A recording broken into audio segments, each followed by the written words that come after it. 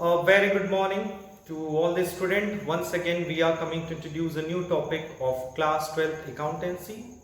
As you know very well, in the last few videos we discussed the few chapters related to the volume 2 of part A.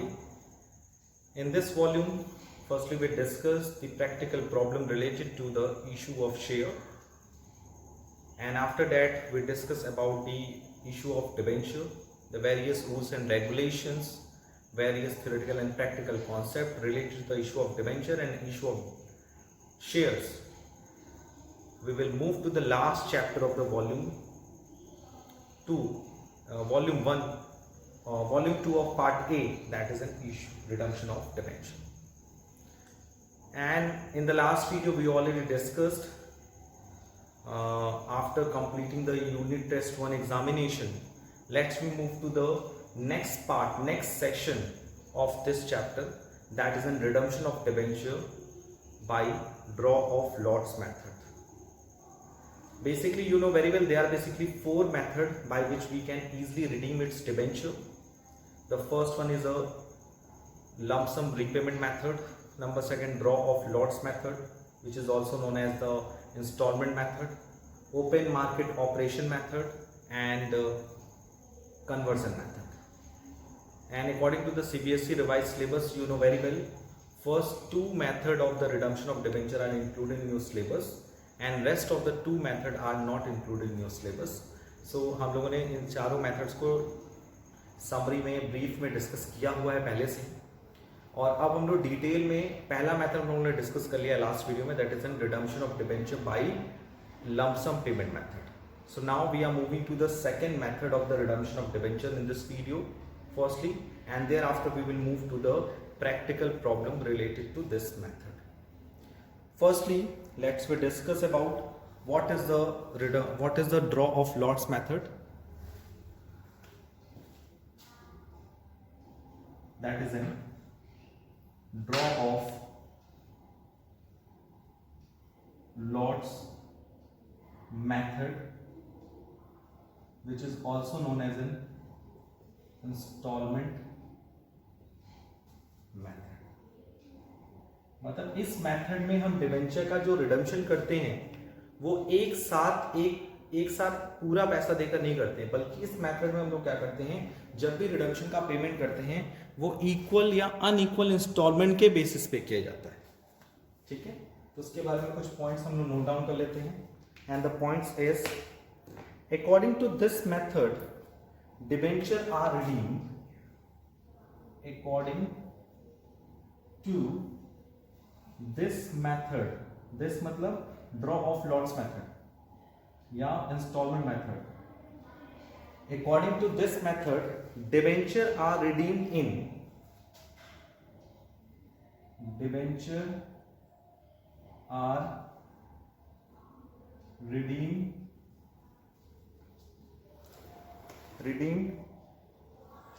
in annual installment.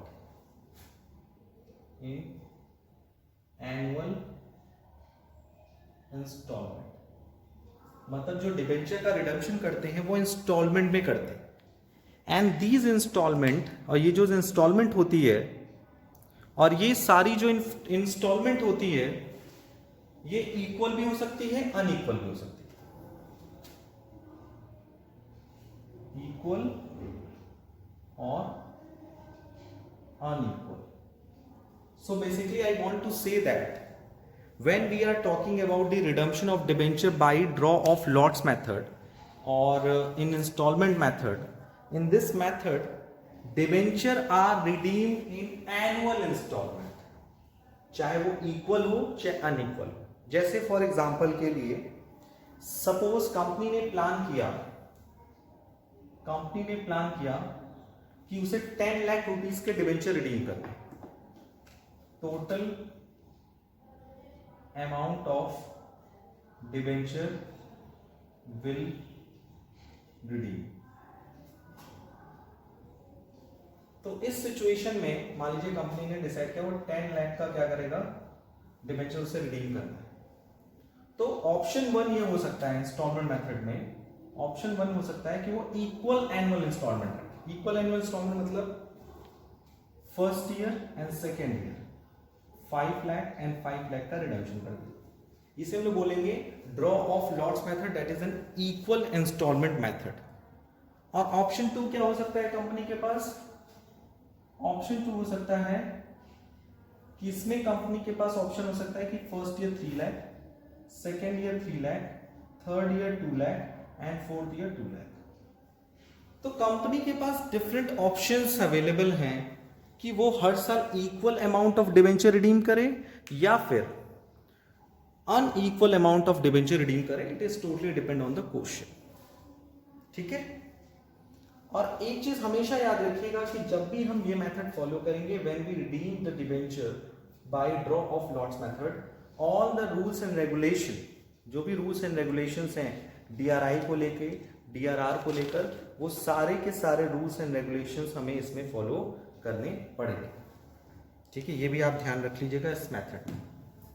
ठीक है, तो ये पहला point था कि what is the method of draw of lots और instalment method for the redemption of debenture. In this method हम लोग क्या करते हैं, डिबेंचर को रिडीम करते हैं इन इंस्टॉलमेंट। वो इंस्टॉलमेंट इक्वल भी हो सकती है, अनइक्वल भी हो सकती है। दूसरा पॉइंट इसमें ये शो किया गया है, दूसरा इंपॉर्टेंट पॉइंट ये शो किया गया है यहां पर कि creation of DRR, creation of DRR मतलब debenture redemption reserve account, and DRI, debenture redemption investment account, are same as lump sum method। मतलब डीआरआर और डीआरआई का जो क्रिएशन है, उसका जो रूल है, उसका जो पॉइंट्स हैं, वो सेम वैसे ही रहेंगे जैसे कि लंप सम मेथड में थे कि हमें रिडम्पशन के पहले के 31 मार्च को हमें डीआरआर बना लेना है। हर अनलिस्टेड कंपनी मिनिमम 10% तक का डीआरआर बना लेगी। और डीआरआई के लिए कहा गया था कि इन्वेस्टमेंट के रिडम्पशन के ठीक पहले वाले 30 अप्रैल तक कंपनी को जितना डिबेंचर रिडीम करने जा रही है उसका 15% तक का डीआरआई अकाउंट मेंटेन कर लेना। तो ये सारे रूल्स जो कि companies act, companies rule 2014 SEBI guideline की तरफ से दिए गए हैं for the redemption of debenture, ये सारे रूल्स हमें फॉलो करने पड़ेंगे। आइए चलते हैं इससे रिलेटेड न्यूमेरिकल प्रॉब्लम्स पे और उसको हम लोग डिस्कस करते हैं। The numerical problem related to the draw of lots method is question number 13. Basically the question number 13 says that Universe Limited, an unlisted company, has 2,09% debenture of rupees 50 each due for redemption in 5 equal installment starting from March 31, 2015. Debenture redemption reserve has a balance of 6 lakh. Record necessary journal entries. तो अभी मैं easy question बता दे रहा हूँ दोनों method से। First method का नाम क्या है, लंप सम पेमेंट मेथड से एक क्वेश्चन हम लोगों ने सॉल्व किया। फिर हम लोगों ने इंस्टॉलमेंट मेथड या जिसे हम लोग बोलते हैं ड्रॉइंग ऑफ लॉट्स मेथड से भी हम लोग एक क्वेश्चन डिस्कस कर लेते हैं। फिर इसके हार्ड क्वेश्चंस, क्या कह सकते हो कंफ्यूजिंग क्वेश्चंस हम लोग डिस्कस करेंगे। So let's we move to the question number 13। So question number 13 में क्वेश्चन का ये कहना है कि कंपनी ने 2,09% डिबेंचर 50 रुपीज के इशू किए थे और वो हमें रिडम्पशन करने हैं। क्वेश्चन में इशू के बारे में इंफॉर्मेशन नहीं है। Universe limited 2,09% debenture of 50 each due for redemption in 5 equal instalment starting from March 31, 2015। 5 equal instalment पे आपको डिबेंचर को रिडीम करना है। तो पहले आप इसकी वर्किंग समझ लीजिए। वर्किंग ये है कि 31 मार्च 2015 से आपको रिडम्पशन स्टार्ट करना है 5 साल तक। 16, 17, 18 and 19। यानी आपको 5 बार रिडम्पशन करना है 5 इक्वल इंस्टॉलमेंट पे। And total amount of debenture कितना दिया है according to the question number 13 में total number of debenture is 2 lakh. 2 lakh debenture है और 5 टाइम्स में आपको 5 इक्वल इंस्टॉलमेंट में उसको रिडीम करना है, तो हर साल कितना रिडीम करेंगे? डिबेंचर है 2 लाख, 9% डिबेंचर और एक डिबेंचर की वैल्यू है 100 रुपए, सॉरी 50 रुपीज है, ठीक है। और 5 इक्वल इंस्टॉलमेंट में करना है, तो इसका मतलब 40,000 40,000 40,000 40,000 40,000। So total number of debenture redeemed in each year is 40,000 debenture. Got it? अब जब हम जर्नल एंट्री पास करेंगे तो आपको एक चीज हमेशा याद रखनी है कि रिडम्पशन के ठीक पहले कि 31 मार्च पे हमारा डीआरआर बन जाना चाहिए, रिडम्पशन के ठीक पहले 30 अप्रैल को हमारा डीआरआई बन जाना चाहिए। सो डीआरआर और डीआरआई के रूल वही रहेंगे जो पहले हम लोग रूल फॉलो करते आए हैं। रूल्स के मामले में हमें कहीं भी कोई भी चीज कॉम्प्रोमाइज नहीं करनी है। सो जब हम जर्नल एंट्री पास करेंगे, सो 31 मार्च 2015 को हम प्लान कर लिए कि हम 2 लाख का डिबेंचर रिडीम करेंगे, तो हमें डीआरआर पहले बना के रखना होगा और हर साल हमें 40,000 डिबेंचर के इक्वलेंट का हमें क्या करना होगा? डीआरआई बनाना पड़ेगा 15% के बेसिस पे। तो इस तरह के क्वेश्चंस में मैं आपको एकदम सिंपल सी बात बता दे रहा हूं कि ज्यादा आपको मेहनत करने की जरूरत नहीं है। सबसे पहले 31 मार्च 2015 के पहले वाले 31 मार्च यानी कब पड़ेगा? 31 मार्च 2014 तक आपका क्या बन जाना चाहिए? डीआरआई बन जाना चाहिए। सो 31 मार्च 2014 तक आप बना लेंगे DRI, statement of PL debit to DRR. DRR बना लेते हैं। डीआरआर कितना बनेगा? टोटल डिवेंचर का 25%, टोटल डिवेंचर का 25%। टोटल डिवेंचर कितने हैं? 2 लाख इंटू 50 यानी हो गया पूरा 1 करोड़ के आसपास, 1 करोड़। और इसका कितना परसेंट? 10%। तो 1 करोड़ का 10% आएगा 10 लाख। बट क्वेश्चन में ऑलरेडी बोला है कि 6 लाख का हमने ऑलरेडी पहले से डीआरआर बना के रखा हुआ है। सो हमें 10 लाख डीआरआर बनाना था, लेकिन ऑलरेडी डीआरआर कितना बन के रखा हुआ है? ऑलरेडी डीआरआर बन के रखा है 6 लाख। तो हमें और कितना डीआरआर बनाना पड़ेगा before the redemption of debenture? 4 lakh.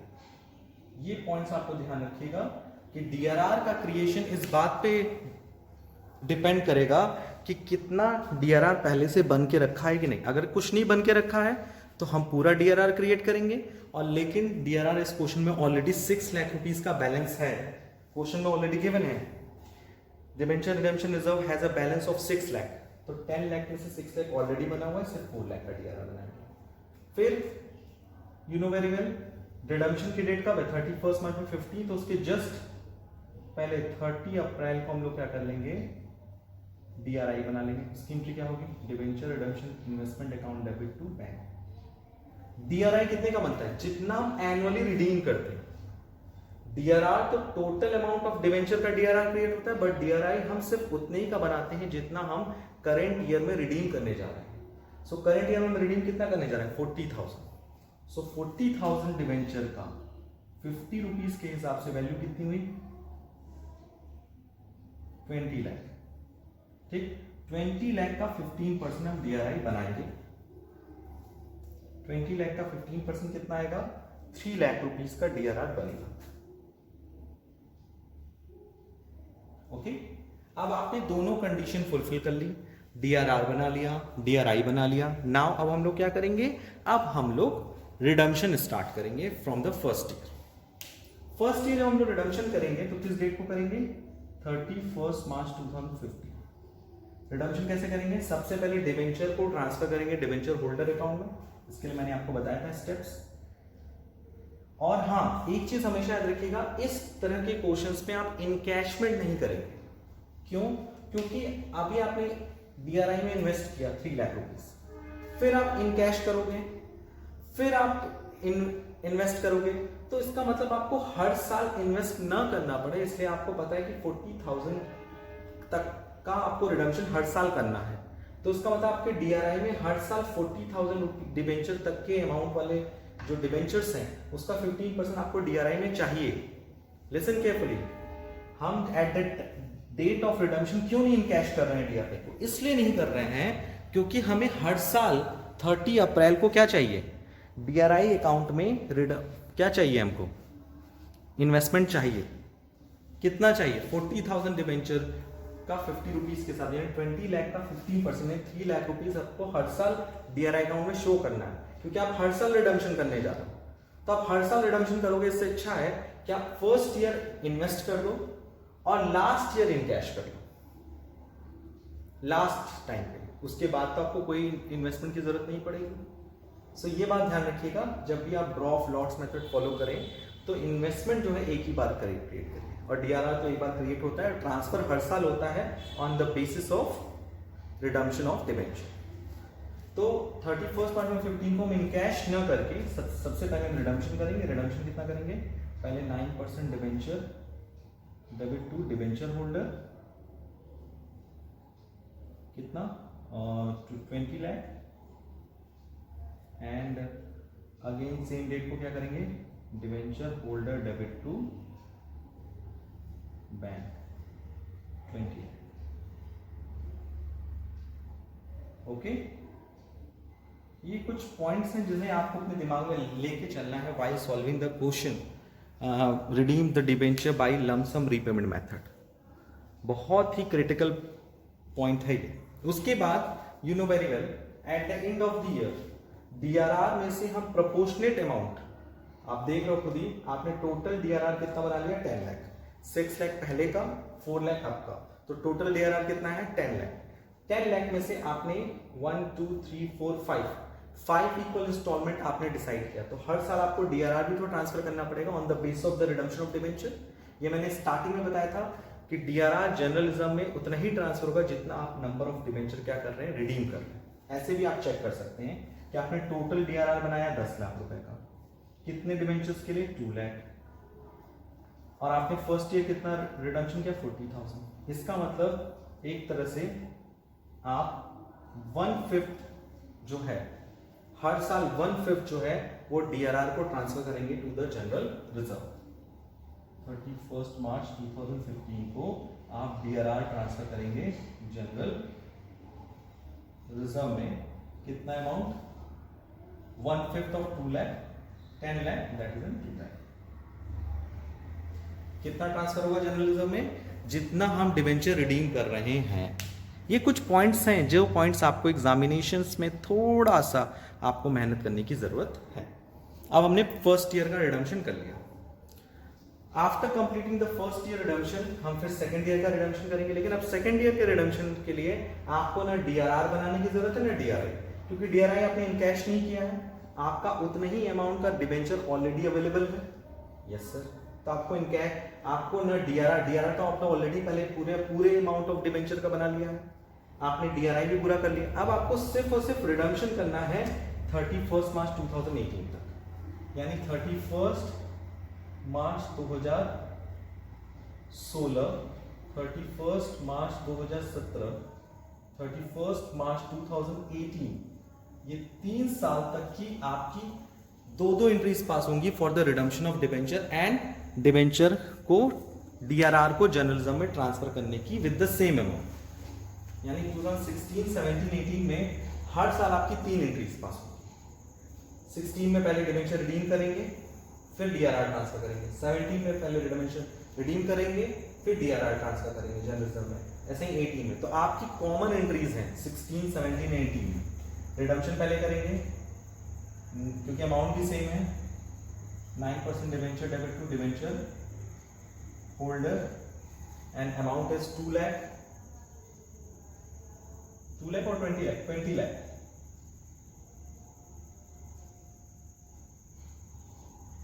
ठीक है, फिर डिबेंचर होल्डर टू बैंक,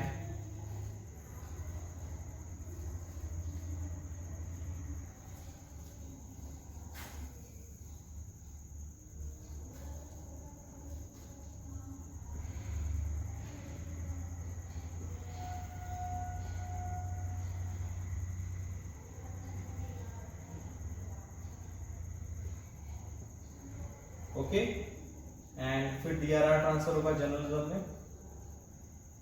ये जो एंट्रीज हैं ये कॉमन एंट्रीज हैं। 20 लाख DRR डिबेंचर रीडिंग हुआ, और 2 लाख जो है वो क्या होगा, डिबेंचर DRR अकाउंट जो है वो जनरल रिजर्व में ट्रांसफर होगा। तो इतनी कॉमन चीजें हैं 2018 तक। अब 2019 is a last year, so last year में चेंज क्या होगा। 2019 का जब आप रिडम्पशन करने जाएंगे तो उससे पहले आपने जो DRI में इन्वेस्ट किया हुआ है 3 लाख रुपीज, पहले आप उसको इन कैश करेंगे। 31 मार्च 2019 को आप पहले रिडम्पशन नहीं करेंगे, क्योंकि अब इसके बाद आपको DRI अकाउंट में पैसे की जरूरत नहीं है। दैट्स वाई आप लास्ट ईयर क्या करेंगे, पैसे को पहले इन कैश करेंगे 3 लाख रुपीज, और फिर 2019 में क्या करेंगे, वही सेम चीज, रिडम्पशन, फिर पेमेंट, फिर DRI, 3 एंट्रीज कॉमन। तो यू कैन सी दैट बस क्वेश्चन जो है सॉल्व करने में बड़ा है, लेकिन क्वेश्चन का जो थीम है वो लगभग वही है। मतलब एंट्रीज रिपीटेटिव नेचर्स की एंट्रीज हैं, क्योंकि आप एक ही अमाउंट क्या कर रहे हैं, रिडीम करते जा रहे हैं बार बार। ठीक है, उसके बाद 9% debenture to debenture holder 20 lakh, फिर debenture holder to bank 20 lakh, फिर DRR टू जनरल 2 लाख।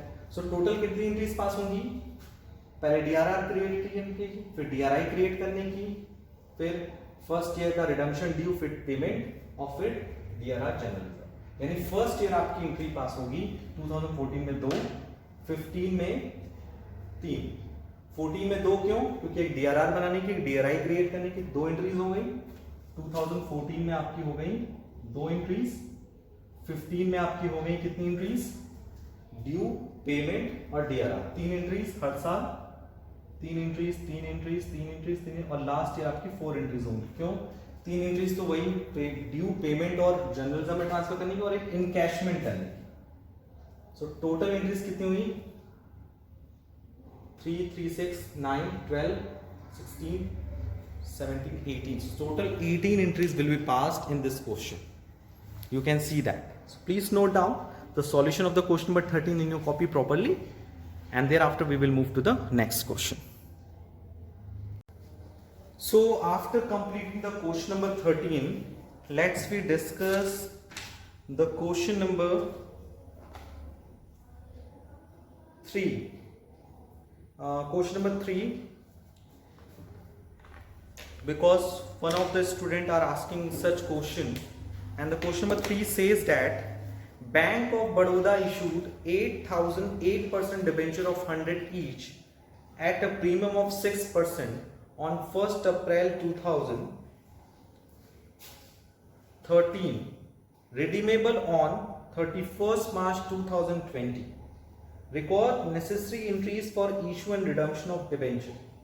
चलिए स्टार्ट करते हैं इस क्वेश्चन में। क्वेश्चन नंबर 3 में, क्वेश्चन नंबर 13 आप लोगों ने देखा ना, DRI, इसमें हम लोगों ने क्या किया, डिबेंचर को रिडीम किया by draw of lots methods में। अब हम लोग आ रहे हैं कुछ इंपॉर्टेंट क्वेश्चंस पे। So the first question of first method, that is in redemption of debenture by lump sum payment method. इस method में you can see that question number 3 में कह रहा है बैंक ऑफ बड़ौदा ने इशू किया, 8,008% डिबेंचर, 8,008% डिबेंचर इशू किया, 100 at the premium of 6%, और जो रिडीमेबल है 31 मार्च, तो issued at premium, redemption at par. तो पहली एंट्रीज कब होगी, 31 अप्रैल 2013 को।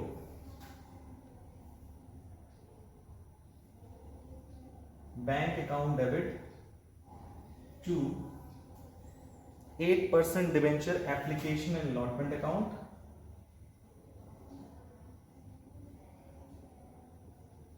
ठीक है। कितने डिबेंचर्स इशू हुए, डिबेंचर्स हुए 8,000, वो भी 6% प्रीमियम पे, 8,000 इंटू 106, क्योंकि एक डिबेंचर था 100 रुपए का जिसपे 6% प्रीमियम है, 6% क्या है, प्रीमियम है। तो आपका पूरा अमाउंट यहां पर आपको क्या करना पड़ेगा, राइट डाउन करना पड़ेगा, 0,0,0 8,48,000।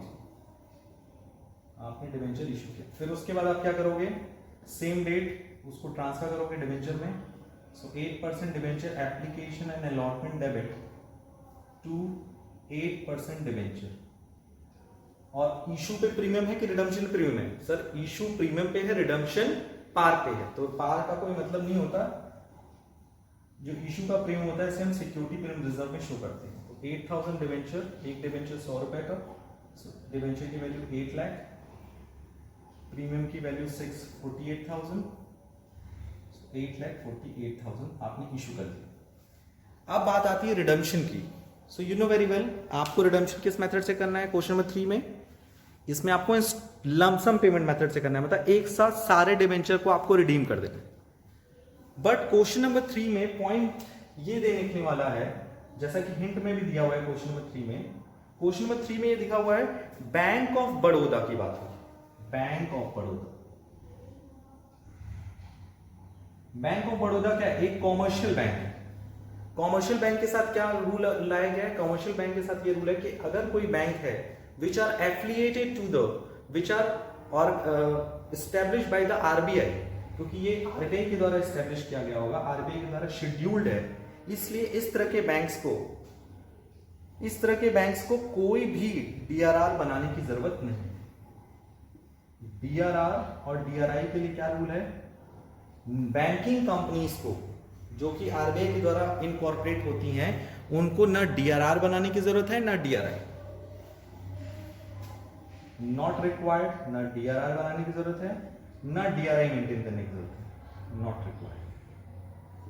इसलिए मैंने आपको बता दिया कि इस क्वेश्चन में ना हम रिडम्पशन के ठीक पहले 31 मार्च को डीआरआर क्रिएट करेंगे ना डीआरआई क्रिएट करेंगे, लेकिन हाँ क्वेश्चन में ऐसा कुछ नहीं बोला है कि आपको क्रिएट करना है कि नहीं, आपको रिकॉग्नाइज करना पड़ेगा with the rules and regulation, जो मैंने स्टार्टिंग में भी आपको बताया था कि कुछ कंपनीज को, कुछ ऑर्गेनाइजेशंस को डीआरआर और डीआरआई क्रिएट करने के लिए क्या मिला हुआ? एग्जामिशन मिला हुआ।